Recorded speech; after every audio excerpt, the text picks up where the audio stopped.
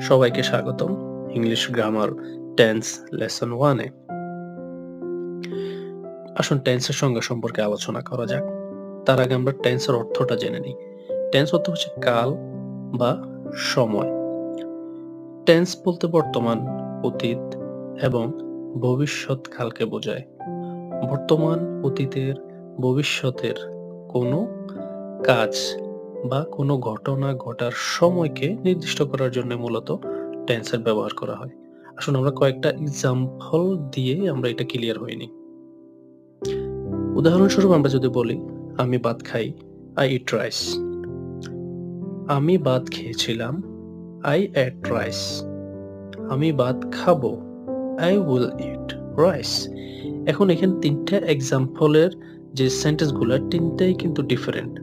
কিন্তু আবার ৩ টাই সেম, যেমন খাইছিলাম, খাবো, খাই।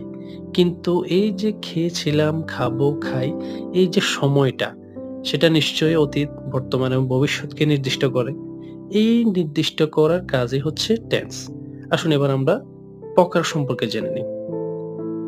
টেন্সের প্রকার, টেন্স সাধারণত ৩ প্রকার। প্রথম হচ্ছে প্রেজেন্ট টেন্স, বর্তমান কাল। যেমন আমরা উদাহরণে দেখছিলাম, I eat rice, আমি ভাত খাই, এটা বর্তমান কালের মধ্যে পড়ে। ২ নাম্বার হচ্ছে ফার্স্ট টেন্স, অতীতকাল। আমরা এক্সাম্পলে দেখেছিলাম I ate rice, আমি ভাত খেয়েছিলাম, এটাই হচ্ছে অতীতকাল। ৩ নাম্বারে হচ্ছে ফিউচার টেন্স মানে ভবিষ্যৎকাল।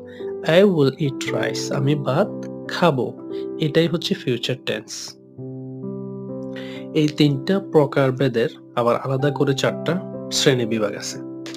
যেমন indefinite tense, continuous tense, perfect tense, perfect continuous tense. এই ৪ টা শ্রেণীবিভাগ প্রত্যেকটা ৩ টার জন্য আলাদা, আলাদা করে।